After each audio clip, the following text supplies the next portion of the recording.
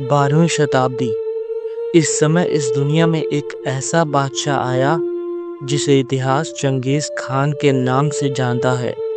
जब भी इतिहास के पन्ने खुलेंगे और बेरहमी की बात होगी तो शायद चंगेज़ खान का नाम सबसे पहले लिया जाएगा, क्योंकि इस शख्स ने अपनी पूरी जिंदगी में इतने कत्लेआम किए जिसकी वजह से कुदरत का संतुलन तक बिगड़ गया। हिस्टोरियंस कहते हैं कि जब चंगेज़ खान की सेना ने ईरान पर चढ़ाई की थी तब जो कत्लेआम मचाया गया था वो शायद इतिहास में ना तो पहले कभी देखा गया और ना ही आगे कभी देखा जाएगा।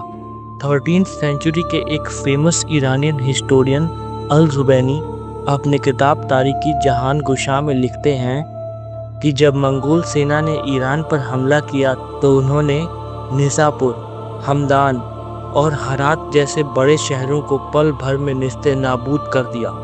लाशों के ढेर लग गए, औरतों और बच्चों का कत्ल किया गया। अल-जुबैनी बताते हैं कि प्रेग्नेंट औरतों के पेट को चीरकर उनके अजन्मे बच्चों को निकाला गया और फिर उनका और उनकी मां का कत्ल किया गया। ये वो बर्बरता और बेरहमी थी जिसे इतिहास शायद पहली बार देख रहा था। आज की इस वीडियो में मैं आपको चंगेज़ खान की कुछ ऐसी बातें बताऊंगा जिसे सुनकर आप सोचने पर मजबूर हो जाओगे कि शायद चंगेज़ खान इंसान ना होकर कोई हैवान था।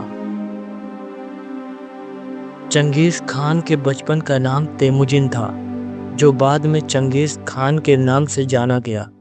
इसका जन्म 1162 में मंगोलिया और साइबेरिया की सीमा के पास एक कबीले में हुआ था। वो जिस जनजाति में रहता था उसके पिता वहाँ के सरदार थे।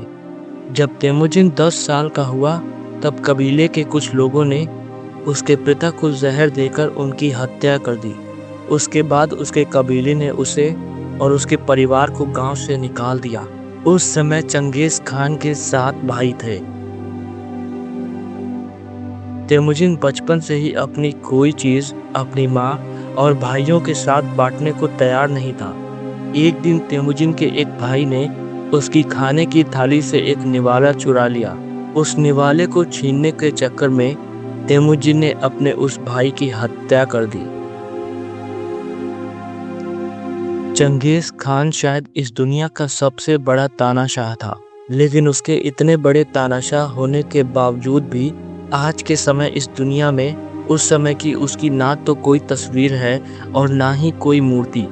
उस समय के कई इतिहासकार अपनी किताबों में ये लिखते हैं कि चंगेज़ खान अपनी तस्वीर या मूर्तियां बनवाना पसंद नहीं करता था, और कुछ इतिहासकार तो ये भी लिखते हैं कि चंगेज़ खान खुद नहीं चाहता था कि इतिहास उसे कभी याद रखे।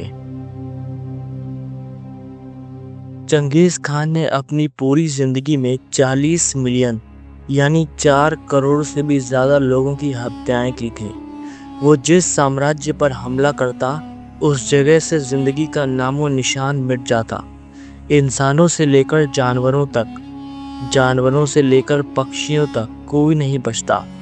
हालांकि चंगेज़ खान के इतने क्रूर होने के बावजूद भी वो किसी भी मजहब के खिलाफ नहीं था। उसके समय में कोई धर्म परिवर्तन नहीं कराए गए, यहाँ तक कि उसे किसी भी धर्म के पूजा पाठ करने के तरीकों से कोई आपत्ति नहीं थी। आज भी ये एक मिस्ट्री है कि आखिर चंगेज़ खान की मौत कैसे हुई। कई इतिहासकार ये कहते हैं कि साल 1227 में जब चंगेज़ खान बूढ़ा हो चला था, उस समय एक युद्ध लड़ते समय घोड़े से गिरने के बाद लगी चोटों से उसकी मौत हो गई।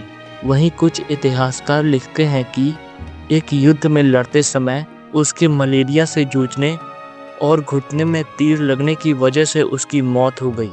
लेकिन सबसे बड़ी मिस्ट्री ये है, आखिर उसकी मौत होने के बाद उसके शव को ऐसी कौन सी जगह दफनाया गया जो आज भी एक रहस्य है।